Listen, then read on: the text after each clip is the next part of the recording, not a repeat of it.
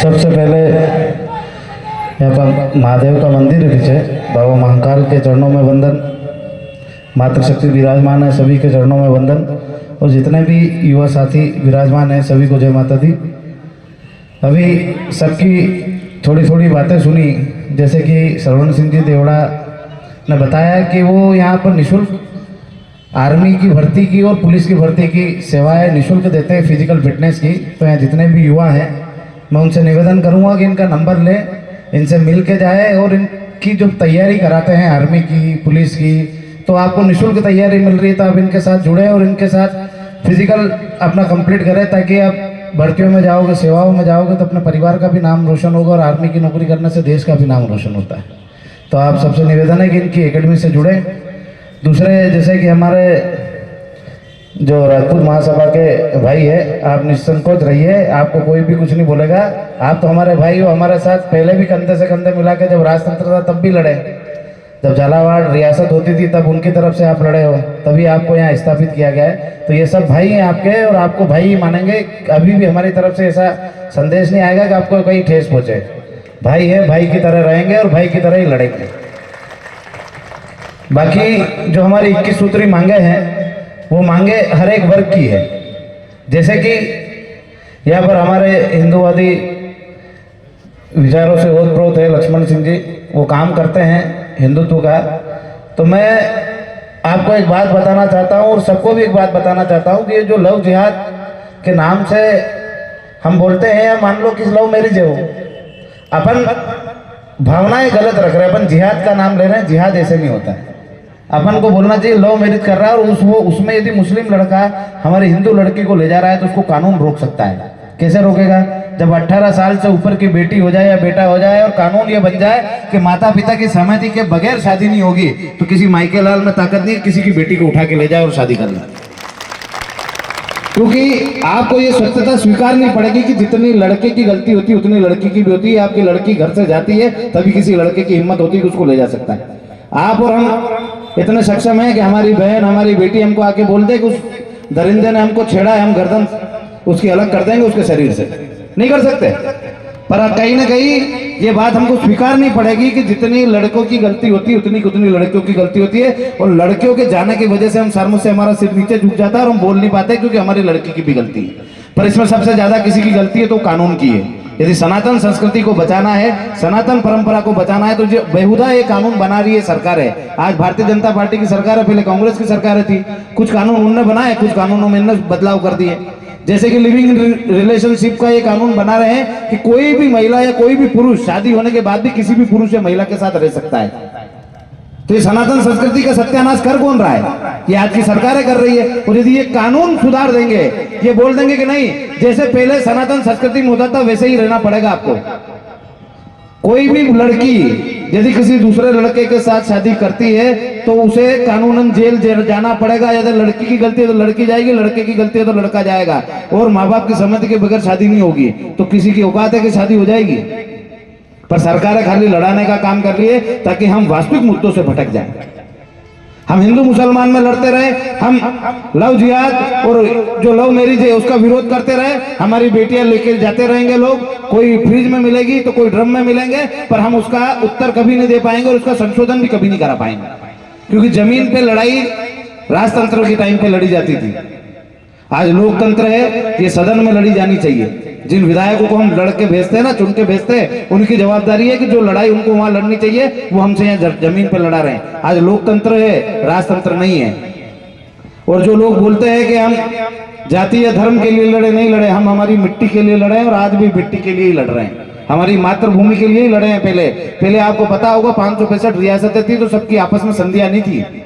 कई राजपूत राजाओं के खिलाफ लड़े तो राजपूत राजाओं के खिलाफ नहीं लड़े, अपनी मातृभूमि के लिए लड़े। हर आदमी के अपना दायरा था, अपना राज्य था, अपना राजा था। वो व्यक्ति अपने राजा के लिए लड़ा, अपने देश के लिए लड़ा, अपनी मातृभूमि के लिए लड़ा। तब भी वो लड़ाई अलग थी। राजतंत्र के समय व्यवस्थाएं अलग थी। आज ये लोकतंत्र है, लोकतंत्र के समय व्यवस्थाएं अलग रहेगी। तो आपको जो जमीन पे लड़ने का बोले तो उससे प्रश्न पूछना कि आपको हमने चुन के भेजा है सदन में, आप जाके सदन में हमारी आवाज उठाओ। कितने विधायकों ने अभी तक आपके लिए, किसानों के लिए आवाज उठाई वहां जाके? किसी ने उठाई क्या? जो सत्ता में होता है वो सत्ता का विरोध नहीं करता, बोलता नहीं हम सत्ता का विरोध नहीं करेंगे। आप सत्ता का विरोध नहीं करोगे तो किसानों से वोट मांगने आते हो तब तो बोलोगे हम आपकी लड़ाई लड़ेंगे। यदि किसान पूछने लग जाए कि स्वामीनाथन कमेटी की सिफारिश जो लागू करने की मांग भारतीय जनता पार्टी ने करी थी, कांग्रेस से बहुत आंदोलन करे भारतीय जनता पार्टी ने कि स्वामीनाथन कमेटी की रिपोर्ट को लागू करो, तो वो आज जब खुद पार्टी में खुद स्थापित है, खुद देश में स्थापित है, प्रधानमंत्री हमारा, मुख्यमंत्री हमारा, तो हम हमारी मांग के लिए क्यों लड़ रहे हैं वापस? क्यों आज आप और हमको आवाज उठानी पड़ रही है कि स्वामीनाथन कमेटी की रिपोर्ट में क्या है? ये किसी ने नहीं पढ़ा अभी तक। किसानों के बच्चे पढ़े लिखे हैं और वो पढ़ते ही नहीं है। उनको ये ध्यान होना चाहिए कि स्वामीनाथन कमेटी की जो रिपोर्ट है उसमें फसलों के भाव से संबंधित बात है कि फसलों की भाव इतना होना चाहिए कि आम व्यक्ति का घर का गुजारा हो जाए। एक किसान होता है वो अपने बच्चे को पढ़ाने से लगा के उसकी शादी करने तक और उसका घर बसाने तक के बाद उसका घर बनाने तक उस खेती से ही पैसा निकालता है। और यदि परिवार में उसके पिताजी, माताजी, दादाजी, दादी है, उनका देहांत हो जाता है तो वो भी पैसा उसी खेती किसानी से ही निकालता है। तो उनने स्वामीनाथन कमेटी की जो रिपोर्ट बनी थी उसमें सब लिख दिया। उन्होंने शुरू से जन्म से लेके मृत्यु तक का खर्चा लिख दिया और उसमें बोल दिया कि किसान जो है ना उस खेती से ही निकालता है और उसके आधार पर यदि फसलों के भाव तय होंगे तो मुझे निश्चित एक भी किसान दुखी नहीं होगा, क्योंकि 1+4 की जो उनकी पॉलिसी है कि एक व्यक्ति किसान है, एक व्यक्ति खेती करता है और उसके घर में 4 लोग रहते हैं, उनके बच्चे भी रहते हैं और माँ बाप भी रहते हैं, बच्चों को पढ़ाना भी रहता है और माँ बाप का इलाज भी कराना रहता है, तो उसका खर्चा जोड़ के किसान को उसकी जो लागत है उसका पैसा दिया जाए। और जब ये 1+4 की जो नीति के साथ स्वामीनाथन कमेटी की रिपोर्ट जो पेश हुई थी उसके हिसाब से फसलों के भाव तय हो जाएंगे तो निश्चित रूप से किसान सक्षम होता जाएगा। किसान ऐसी स्थिति में नहीं रहेगा कि दादाजी ने केसीसी लिया था और पोता अभी तक भर रहा है उसका ब्याज। जब हमारी खेती हम करते हैं, किसानी करते हैं और हमको जब लोन की आवश्यकता रहती है, आप और हम, हमारे माता पिता ने कभी ना कभी लोन ले ही रखा होगा तो केसीसी ले रखी होगी और केसीसी लेने जाते हैं तो बैंक में एक बात पूछी जाती है आपकी जमीन सिंचित है या असिंचित है। यदि सिंचित है तो उसकी कीमत आपको जो लोन मिलेगा वो 25,000 रुपए बीघे का मिलेगा। नहीं, आपकी यदि जमीन सिंचित है तो 50,000 रुपए बीघे के आपको मिलेंगे और यदि असिंचित है तो 25,000 रुपए बीघे के आपको पैसे देते हैं। जब वो हमारी फसल को देख के देते हैं, हमारे खेत में पानी को देख के देखते हैं कि यदि उसकी दोनों फसल होती है तो उसको 50,000 रुपए दो बीघे के हिसाब से और यदि एक फसल होती है तो 25,000 दो। और जब हमारी फसलें खराब हो जाती है तो बैंक हमारा ब्याज माफ नहीं करते। जब हमें फसल देख के लोन दिया जा रहा है तो बैंकों के ऊपर प्रेशर बनाने का काम सरकारों का और जनप्रतिनिधियों का है कि वो विधानसभा में जो सदन चलता है उस सदन में जाके हमारी लड़ाई लड़े। जब बीमा कंपनी से हम बीमा कराते हैं तो हमें पॉलिसी नहीं देते। ये लड़ाई सदन में विधायकों को लड़नी चाहिए। आज हम रोड पे आवाज उठा सकते हैं, सदन में नहीं उठा सकते।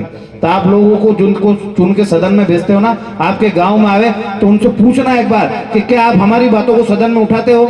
जैसे जीजा ने बताया कि हमको हमारा दल बनाना पड़ेगा, दल बनाने के लिए इस तरह से जो हम काम कर रहे हैं ना, ये दल बनाने लायक नहीं है। आप चुनाव जरूर लड़ोगे पर चुनाव जब तक जीत के विधानसभा में नहीं जाओगे, वहां जाके बातें नहीं उठाओगे, तब तक इस देश और प्रदेश का भला नहीं हो सकता।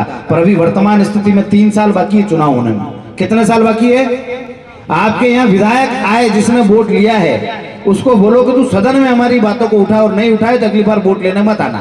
आप उससे सवाल पूछना चालू कर दोगे तो जो विपक्ष के नेता आपके पास आ जाएंगे और जब वो विपक्ष के नेता आपके पास आए तो उनको बोलो कि उनको तुमने सदन में भेजा है सदन में बात उठाने के लिए और तुम्हारे लिए जनता ने आदेश किया है कि सड़क पे तुम हमारी बात को उठाओ, तो तुम सड़क पे उठाओ। तो सड़क पे वो लड़ेंगे, सदन में वो लड़ेंगे, जब भी जाके आपकी बातें पूरी होगी। पर आप किसी पार्टी या दल के गुलाम होकर बैठ जाओगे तो आपकी ना तो बात कोई सुनेगा, ना आपकी बात कोई कहेगा, ना आपकी बात को कहीं लिखा या पढ़ा जाएगा। तो आप सबसे निवेदन है कि जो हमारी मांगे हैं वो सर्व समाज की है। ये 2 मुद्दे मैंने आपको बताए हैं। इसके अलावा हम जो सबसे बड़ी जो लड़ाई लड़ रहे हैं उसमें बहुत विरोधाभास भी होता है। मुझसे बहुत सारे लोग बोलते हैं कि आप तो चुनाव लड़े हो, अगली बार फिर चुनाव लड़ना है और आप आर्थिक आधार पर आरक्षण की बात करते हो। तो मैं लोगों को बता देना चाहता हूँ, बहुत सारे लोग जो मेरी विधानसभा में चुनाव लड़ा उनको सबको पता है कि जब आर्थिक आधार पे आरक्षण की बात करी थी ना तो चुनाव में भी आर्थिक आधार पे आरक्षण के लिए भाषण भी दिए और उनके उसी के हिसाब से वोट मांगे।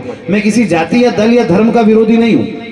मेरे पे आरोप प्रत्यारोप लगाने वाले बहुत लोग हैं, वो बोलते हैं आरक्षण का विरोधी है। मैं ये बोल रहा हूँ चुनाव में भी बोला, 41,000 मत लेके आया अपने विचारों और अपने मुद्दों के साथ। मैं अपने विचारों और अपने मुद्दों को कभी नहीं बदलूंगा, जब तक जिंदा हूं तब तक। और जब भी राजनीति में जाऊंगा या राजनीति करूंगा तो अपने मुद्दों के साथ ही करूंगा, अपने मुद्दों को छोड़ के नहीं करूंगा। तो आर्थिक आधार पर आरक्षण का मतलब आप और हम सब जानते बखूबी रूप से, पर अपने पास वाले आदिवासी या दलित भाई को समझा नहीं पाते। कैसे नहीं समझा पाते? आर्थिक आधार पर आरक्षण का मतलब क्या है? जो गरीब है, जिसकी आय 8 लाख से कम है, उसी को तो हम आरक्षण की बात कर रहे हैं। जिसकी 8 लाख से कम आई है, चाहे वो स्वर्ण हो, ओबीसी हो या एसटी या एससी का हो। और हम किसको बाहर कराना चाहते हैं? जिसकी 8 लाख से ज्यादा हो। मेरी 8 लाख से ज्यादा आई है तो मैं तो आरक्षण से बाहर हो गया। मेरे को आर्थिक आधार पर जो आरक्षण की जो मैं पैरवी कर रहा हूं वो मेरे को कभी नहीं मिलेगा, ना मेरे बेटे को मिलेगा, क्योंकि मेरी आय जो है वो 8 लाख सालाना से ज्यादा है। और जिनकी 8 लाख से कम है उनको सबको मिलेगा। तो एसटी एससी के जो गरीब भाई हैं, जो मजदूरी कर रहे हैं या कहीं ना कहीं किसी के यहाँ काम कर रहे हैं, या ओबीसी वर्ग का हो या जनरल वर्ग का हो, जो मजदूरी कर रहा हो, खेती कर रहा हो, उसकी आय 8 लाख से ज्यादा नहीं होगी। मतलब ये जितने भी लोग, इनको आरक्षण का लाभ मिलेगा। और मैं इनका विरोधी नहीं। मैं किनका विरोधी हूं? जो आईएएस आईपीएस बन गए, जो बड़े बड़े बिजनेसमैन हैं, जो बड़े बड़े राजनेता हैं। यदि कोई आपको लगता है कि कोई मंत्री गरीब होगा जिसकी आय जो है 8 लाख से कम होगी? बड़े बड़े कैबिनेट मिनिस्ट्री ले रखी इनने, बड़े बड़े बंगले हैं, करोड़ों रुपए की आवक है, और उसके बाद भी ये शोषित वंचित पीड़ित है। आरक्षण जब बाबा साहब ने लिखा था ना, तो उसमें लिखा था शोषित वंचित और पीड़ित को आरक्षण का लाभ मिले। आप और हमने हाथ नहीं उठाया कभी कि मैं भी शोषित हूं, मैं भी वंचित हूं, मैं भी पीड़ित हूं। हमने कहा कि नहीं, हम राजपूत है, हम ब्राह्मण है, हम पाटीदार है, हम ये है, हम वो है। हमने के हाथ उठाए। हमने कभी नहीं बोला कि हम शोषित वंचित पीड़ित है। आप और हम में से, हमारे परिवारों में से भी शोषित वंचित पीड़ित है, जिनका शोषण हो रहा है, जो सरकारी योजनाओं से वंचित है, और कहीं ना कहीं बड़े बड़े दबंगों की वजह से पीड़ित भी हैं। ऐसा नहीं है कि राजपूतों के ऊपर दबंगई नहीं होती, उनको मारा पीटा नहीं जाता। अलग अलग जगह के अलग अलग पैराग्राफ है। कहीं कोई राजपूत को परेशान कर रहा है, कोई ब्राह्मण को कर रहा है, तो कहीं एसटी एससी का भाई भी परेशान हो रहा है। जहां जो बाहुबल में ज्यादा है वो लोगों को परेशान करता है, पर यहाँ किसी जाति या व्यवस्था के हिसाब से परेशान नहीं करता है। कोई 1-2 लोग होते हैं जो किसी न किसी व्यक्ति को परेशान करते हैं, तो हमारे लोग भी परेशान होते हैं। हम बोल रहे हैं एट्रोसिटी एक्ट में बदलाव कर दो। क्या बदलाव मांग रहे हैं? हम ये थोड़ी बोल रहे हैं एट्रोसिटी एक्ट समाप्त कर दो।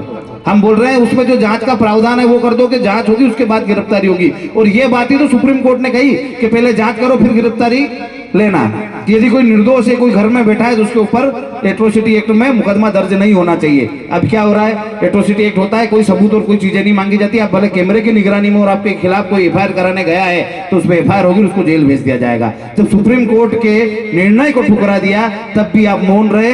आप तब भी उसी पार्टी को वोट दे रहे हो जिसने सुप्रीम कोर्ट का निर्णय बदल के आपके खिलाफ एक और काला कानून लाके खड़ा कर दिया। तो इन दोनों दलों में कोई फर्क नहीं है। आपको पहले अपने मन में सोचना पड़ेगा कि 21 सूत्री मांगों के लिए जो व्यक्ति लड़ रहा है, इसमें इसके कितने हित है। मेरे साथ लाठीचार्ज हुआ, लाठी डंडे हम पे लगे। हमने बोला कि उनके ऊपर न्यायिक जांच होना चाहिए।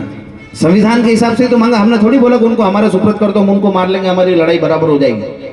संविधान के हिसाब से ही तो मांग रहे हैं कि उनके ऊपर न्यायिक जांच करो। और वो दोषी है, उनके वीडियो है, उनको मारते, हमारे लोगों को मारते हुए हमारे हॉस्टल में घुस गए, उसमें लोगों को मारपीट कर रहे हैं, लोगों को रास्ते चलते लोगों को मार रहे हैं, और उनके सबके सीसीटीवी फुटेज है। उसके बाद भी यदि सरकार पुलिस कर्मियों को बर्खास्त नहीं कर सकती, उनके ऊपर न्यायिक जांच नहीं बिठा सकती, तो मुझे लगता है कि 101% सरकार का इन्वॉल्वमेंट था इसमें, और वही सरकार के नुमाइंदे इनको संरक्षण दे रहे हैं, इन पुलिस वालों को। तो आपको ये समझना पड़ेगा कि कौन लोग आपके हैं, कौन आपके हितों के लिए लड़ रहे हैं। और आपको लगे कि ये हमारी ईमानदारी और सच्चाई की लड़ाई है तो इसमें सम्मिलित होना। और आपको लगे कि जीवन सिंह बेईमानी कर रहा है, अपने निजी हित के लिए बुला रहा है, तो आपको किसी को आने की आवश्यकता नहीं है, क्योंकि आप खुद समझदार हो किसको कहाँ आना है और किसको कहाँ नहीं जाना है।